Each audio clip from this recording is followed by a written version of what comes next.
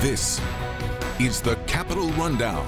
We have a potential difficult problem like we had in 2020, where basically Republicans were saying they won, and then the other votes came in and they lost. Liz Cheney has the audacity to come here to my district and endorse my opponent. We're at a moment where I think clearly people can't just be voting straight party lines. It's all straight ahead. The Capitol Rundown starts now. Thanks for joining us. I'm Siobhan Klepfer.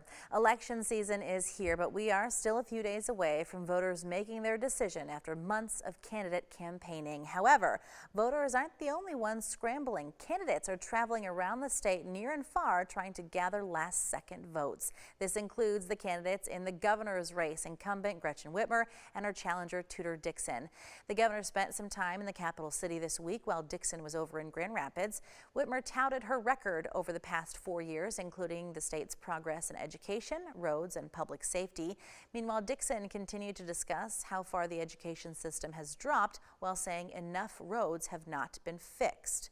With just 2 days before Election Day, the governor is still leading Dixon by 11 points.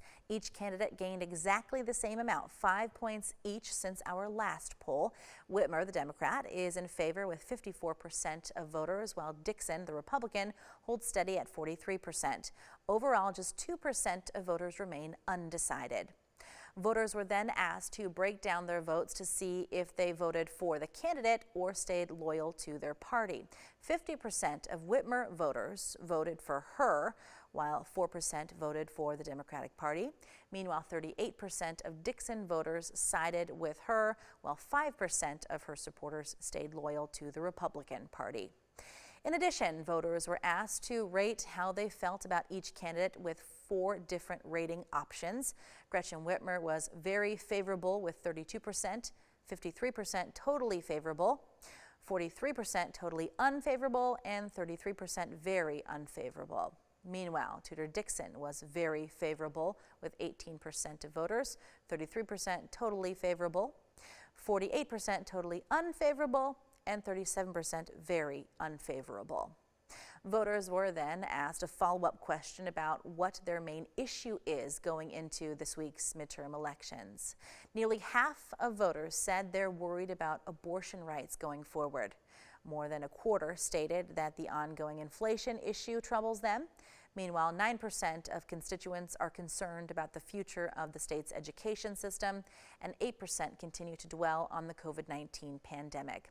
6 News pollster Bernie Porn reports that part of the reason Dixon has a more unfavorable rating than the governor is because abortion is motivating more voters than inflation. Even though inflation is the top issue concern, when you ask directly about the impact on the governor's race, clearly abortion is head and shoulders over inflation. Officials say another reason the governor remains ahead is the projected results from the absentee ballot crowd. Whitmer leads Dixon 72 to 28% in that category, which leads poll experts to believe that the challenger only has a shot if there's a low voter turnout. The Attorney General's race remains the closest battle on the ballot heading into election week. Democratic incumbent Dana Nessel currently holds a 6-point lead over Republican challenger Matt DePerno. In fact, she is now favored with 48% of the state's voters, which is up 5 points from our last poll. Meanwhile, DePerno holds steady at a 42% clip, which is up 3 points. Overall, 7% of voters remain undecided, while the other 2 candidates split the remaining 3%. And in the race for Secretary of State, Democratic incumbent Jocelyn Benson has a 51% of the vote, while Republican challenger Kristina Karamo holds steady at 40, giving Benson an 11-point lead. Benson is up 3 points since our last poll, while Karamo jumped by 4. 6% of voters are undecided, and 3 other candidates got 1% each. Now, this new poll was conducted by Epic MRA, who polled 600 likely voters between October 28th and November 1st, and has a margin of error of plus or minus 4%. There will be a large amount of absentee ballots being counted late into the night on Tuesday. So up next, we will take a look at how this could affect the timeline of election results this week. That story and much more next when the Capitol Rundown returns.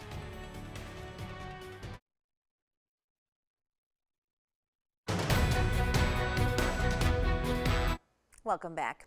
Although the election is this Tuesday, it could be late Wednesday night before we know who actually wins the race for Michigan Attorney General. Polls released this week show that incumbent Dana Nessel and challenger Matt DePerno remain in a dead heat. This race continues to have pollsters puzzled due to the fact that 61% of the voters know who Dana Nessel is, while only 39% know the Republican challenger, Matt DePerno. However, the key to the outcome of this vote is believed by experts to fall in the hands of undecided voters. Currently, the number of undecided voters in this race is at its highest, with 8% of them remaining unsure. If those voters follow their Democratic pattern, then I would think Dana Nessel is going to ease out a small win. Despite getting a big endorsement from former President Donald Trump, election experts believe this could also be DePerno's undoing. He'll receive the Republican support, but the independent voters might look at things differently. Due to absentee ballots being counted late, Matt DePerno could appear to be victorious over Dana Nessel on election night. However, after all the votes are tallied, there could be a much different result just 24 hours later. Our Capitol correspondent Tim Skubic is here for you now to explain. When it comes to this race for Attorney General, it's tough to find the right description. Is it a cliffhanger or one that's too close to call? Well, whatever it is, it's getting a lot of attention because normally an incumbent Attorney General like Dana Nessel would have a pretty comfortable lead at this juncture over somebody who is virtually unknown with the electorate. That somebody is Matt DePerno, but come to find out that somebody is almost in a statistical dead heat with the Attorney General, depending on which poll you're looking at. One of the polls that is favorable to Nessel gives her about a 4-point lead, but that could be within the margin of error. So the question is, what the heck is going on here? How is a guy who's not known by anybody able to challenge the sitting Attorney General? Acting in his favor is people don't know who Matt DePerno is, and the Democrats are very upset because they say once you find out who this gentleman is, you couldn't possibly vote for him.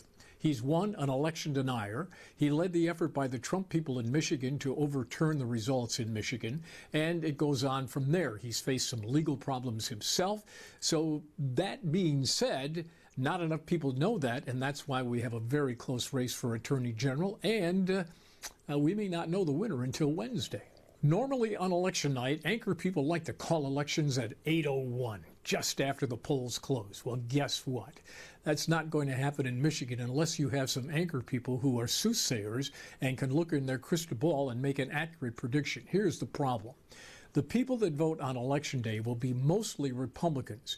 Those numbers can be counted very quickly, and there could be a call at 8 o'clock, not by the anchor people, but by some of the Republicans who, based on a strong turnout, could declare victory. But here's the sticky wicket. Yet to be counted, and that won't happen until the day after the election, are all the absentee ballots. And most of those are Democratic votes. Depending on who you listen to, some say it's 70%, some say it's around 56%, but the bulk of those absentee voters are Democrats. So do the math. Republicans get all their votes on Election Day, then come the Democrats with their votes the day after, which could determine the outcome, which means the Democrats will likely win some of those seats. So we have a potential difficult problem like we had in 2020, where basically Republicans were saying they won, and then the other votes came in and they lost. And then there was the brouhaha over whether the election was rigged or not. Is history about to repeat itself? Talk to me on Wednesday, and we'll see if the answer to that question is in the affirmative. Thank you, Tim. The race for Michigan's newly drawn 7th congressional district is certainly heating up. Up next, we take a look at some big names coming to town to campaign for Elissa Slotkin and Tom Barrett, and why one of those endorsements is causing quite a stir. The Capitol Rundown. We'll be right back.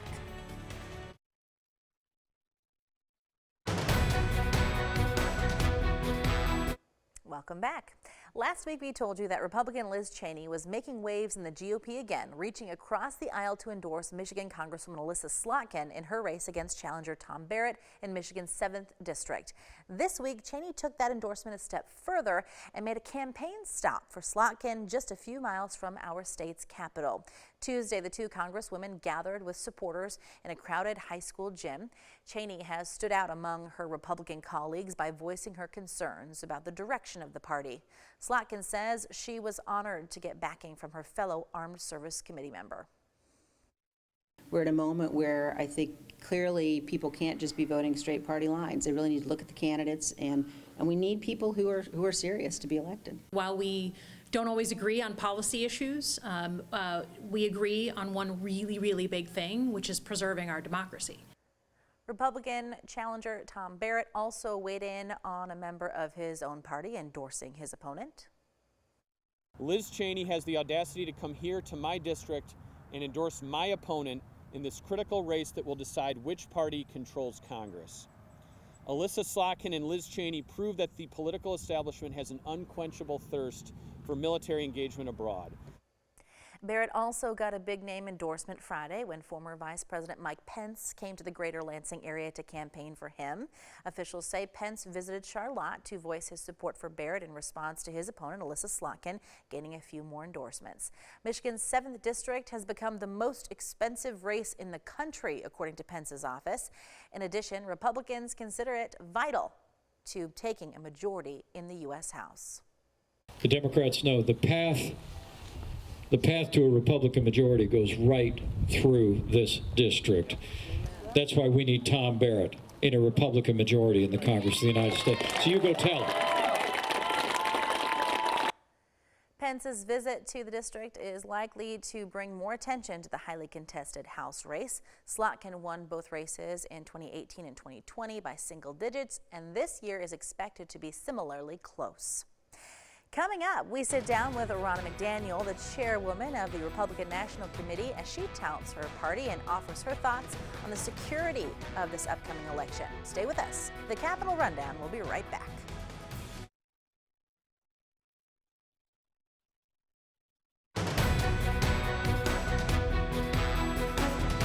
This week, the Rundown caught up with RNC Chairwoman Ronna McDaniel. Take a listen as she offers her thoughts on the upcoming governor's race here in Michigan and also weighs in on the security of this midterm election. Lauren Thompson is here for you now with more. What is your take on how this is all playing out?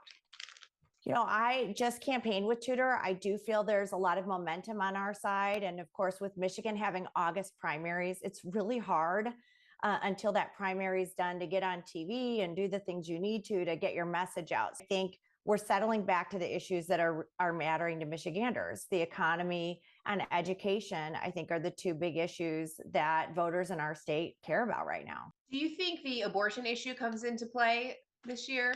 I think because abortion's on the ballot and is being taken directly to the voters, it's just not really part of the governor's race because Michiganders are going to decide it. It's a constitutional amendment and voters will go up and down on Prop 3 and that will decide that. So it's interesting that Whitmer has chosen to make that the hallmark of her campaign, even though it's going to have really nothing to do with the governor's office. With this being a midterm, they so often historically swing toward the party not in the White House. Are you concerned, though, with the new districts here in Michigan that it may not follow that trend this year? Well, we lost a seat, too. I mean, people are leaving Michigan, which is concerning, which is one of the reasons why Whitmer needs to be held accountable. We are a state on the decline, and we lost a congressional seat as a result. So I actually think there's opportunities for Republicans to pick up 1 to 2 seats. John James, Paul Young can win. Tom Barrett can win. So what do you see on a national landscape when you personally travel? People are very concerned. They are hurting. Those are the primary things I hear. I can't find people to work at my small business. I can't get the supplies I need. Labor is costing so much. I can't make ends meet because I can't afford groceries and gas and my prescription drugs. These are all the conversations we're hearing. And what's interesting is they really do hold the Democrats accountable because they have the House, the White House, and the Senate, and they've seen them have priorities that aren't in line with the issues everyday Americans are facing. Do you feel that the election results can be secure in this midterm? I do. And I think you've got to let the process play out. The RNC's built a robust election integrity program with poll watchers, which is part of the process. They need to follow the law, but that helps everybody feel like it's been administered fairly. I feel like we're on a good track. Coming up next here on The Rundown, we'll tell you how law enforcement leaders and local government officials are planning to decrease voter intimidation at the polls. That's when the Capitol Rundown returns.